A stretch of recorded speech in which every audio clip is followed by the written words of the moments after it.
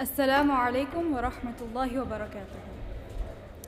I begin today by acknowledging the traditional custodians of the land on which we gather today and pay my respects to their elders past and present. I extend that respect to Aboriginal and Torres Strait Islander peoples here today. Ladies and gentlemen, we stand at a pivotal moment in history, one that demands not just action but moral courage. Genocide, the systematic extermination of a people, is not a distant horror, something that happens in far-off lands. It is happening now, in Gaza, and once again, Australia finds itself on the wrong side of history. Our silence, our inaction is complicity, and we have been here before. Today, we gather not just as citizens of Australia, but as part of a global humanity. A humanity that is bound by the sacred promise, never again. Yet that promise, uttered in the wake of the Holocaust, in the shadows of Rwanda and through the tears of Srebrenica, has been broken time and time again. Genocides continue, and the blood of the innocent still stains the earth. The deeper disappointment, however, lies in the fact that our nation, a nation that claims to be founded on the principles of justice and democracy, have too often found ourselves failing to uphold those ideals in the face of these grave injustices. From the silence in the face of apartheid in South Africa to the inaction during the genocides in Cambodia, Bosnia, and Darfur, we have stood by as millions perished. We comforted ourselves with the notion that we were too far away, too small, too removed from the great powers that decide the fate of nations. But distance has never been an excuse for indifference, and size has never justified silence. Our silence, our failure to act, has made us complicit. As the genocide of the Aboriginal peoples was perpetrated across our land, Australia stood in silence, allowing the brutal reality of dispossession and cultural erasure to occur without protest. Only now, as we grapple with the legacy of our past, do we seek to reconcile. Yet this effort rings hollow when measured against our current inaction in the face of ongoing atrocities. Our silence regarding the genocide in Gaza today starkly contradicts our recent attempts to address our own history. If we truly wish to honour the sufferings of the Indigenous Australians, we must recognise that genuine reconciliation cannot coexist with indifference to the suffering of others, regardless of where it occurs. It is time for Australia to break this cycle of silence and demonstrate the courage to act against all forms of genocide, both past and present. Because the truth is, we cannot undo the sins of our past, but we can make a choice right here, right now, to stand for something greater. Australia, it's time for us to stop being bystanders in the face of genocide. The question is not, can we make a difference, but rather, will we finally have the courage to do so?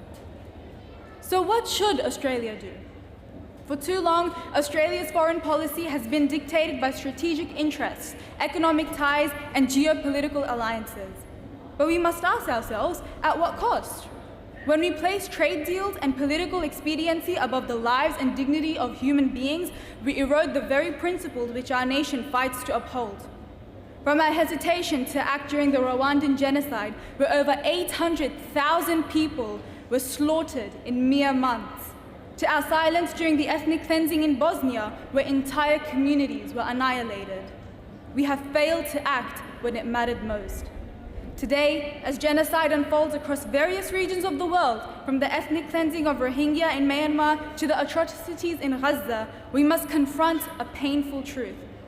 Australia's policies has often prioritized comfort over conscience, silence over moral leadership. This must change. Human rights cannot be a footnote in our diplomacy, they must be its cornerstone. Our foreign policy must reflect a commitment to protecting the vulnerable, confronting injustice, and preventing the atrocities that continue to scar our world. We must have the courage to stand up to oppressive regimes, even when it is not convenient, even when it threatens our economic interests or complicates our political alliances. We have the power to impose sanctions, to hold trade, to withdraw support from nations that engage in mass violence. But these are not just tools of power, they are moral imperatives. By placing human rights at the forefront of our diplomatic efforts, Australia can become a beacon of hope, not just a bystander. We must demand accountability for those who commit crimes against humanity, support international investigations into genocide, and push for the prosecution of war criminals on the global stage. If we do not, we risk repeating the same mistakes of the past. The cries of the oppressed will echo through history, and our silence will be deafening. In times of crisis, in moments when the world teeters on the edge of catastrophe, leadership is not just a matter of policy, it is a matter of principle.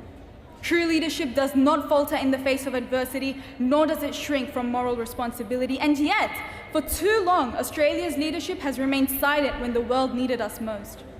From the atrocities in Syria, to the current horrors in Gaza, to the long-standing oppressions of the Uyghurs in China, we have allowed caution and fear to overshadow the demands of justice. But leadership is not about playing it safe. It is about doing what is right. What does it mean to be a leader in the face of genocide? It means refusing to remain neutral in the face of evil. It means standing up, even when the path is difficult, even when the world is watching in silence. Leadership is about moral courage, the courage to speak out when it matters, to use our platform, our influence, and our power to protect the innocent and hold the guilty accountable. Governments may set policies, but real change often starts with ordinary people.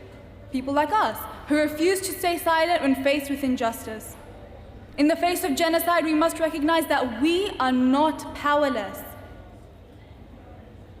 History has shown time and time again that it's the voices of individuals speaking out that turn the tide of inaction. First and foremost, we must raise awareness. We must refuse to allow genocide to be obscured by the fog of denial and ignorance, because genocide thrives in the shadows, behind the walls of misinformation and willful blindness. Whether in Gaza, Myanmar, or Xinjiang, these horrors often go unnoticed, ignored by the masses. We must ensure that these stories are told, not just to ourselves, but to our families, our friends, and to our communities. We have the power to make the world see what it tries to look away from, and in that awareness, we plant the seeds of action. But let's be clear, awareness without action is meaningless. We must demand that our government act, that our leaders no longer prioritize convenience, economics, or diplomacy over human lives. Australia's past silence in the face of atrocities, whether it be Rwanda or Bosnia, has left a stain on our conscience. We cannot allow that silence to continue today. We must push our representatives to confront these atrocities head-on, to impose sanctions, to demand international investigations, to cut ties with regimes that commit acts of mass violence. Our voices can influence policy. Our outrage can force action.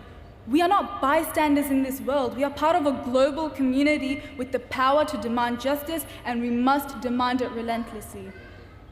Our fight against genocide begins long before the first shot is fired or the first person is displaced. Rather, it starts with hate speech, with racism, with the dehumanization of entire groups of people. It starts with the small seeds of racism, prejudice, and intolerance that are allowed to fester and grow. We must root out these seeds. When we see hatred, we must challenge it. When we hear racism, we must confront it. And when we see the seeds of division, we must root them out before they grow into something far more destructive. But above all, we must open our hearts. In a world that often tries to desensitize us to suffering, we must choose empathy. The victims of genocide are not statistics. They are human beings with names, with families, with hopes, and with dreams. They are mothers, they are fathers, they are brothers and sisters, and their pain is no less real than ours.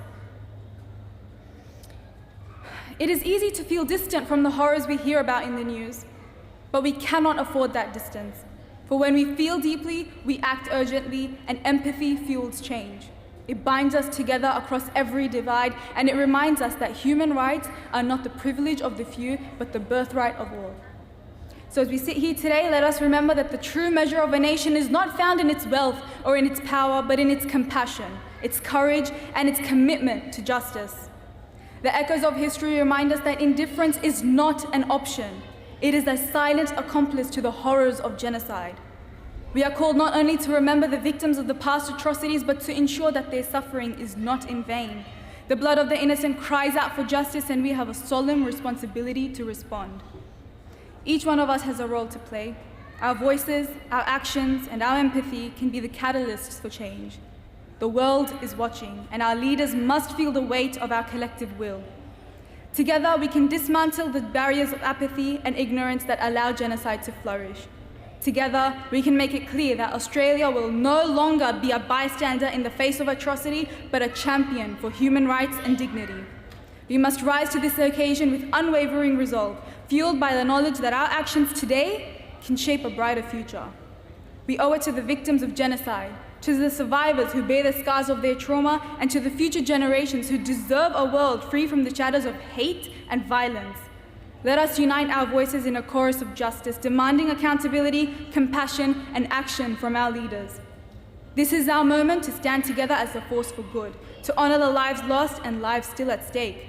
Let us not falter, let us not turn away. Instead, let us move forward with hope, with determination, and with the unshakable belief that together we can build a world where the words never again hold true. Thank you.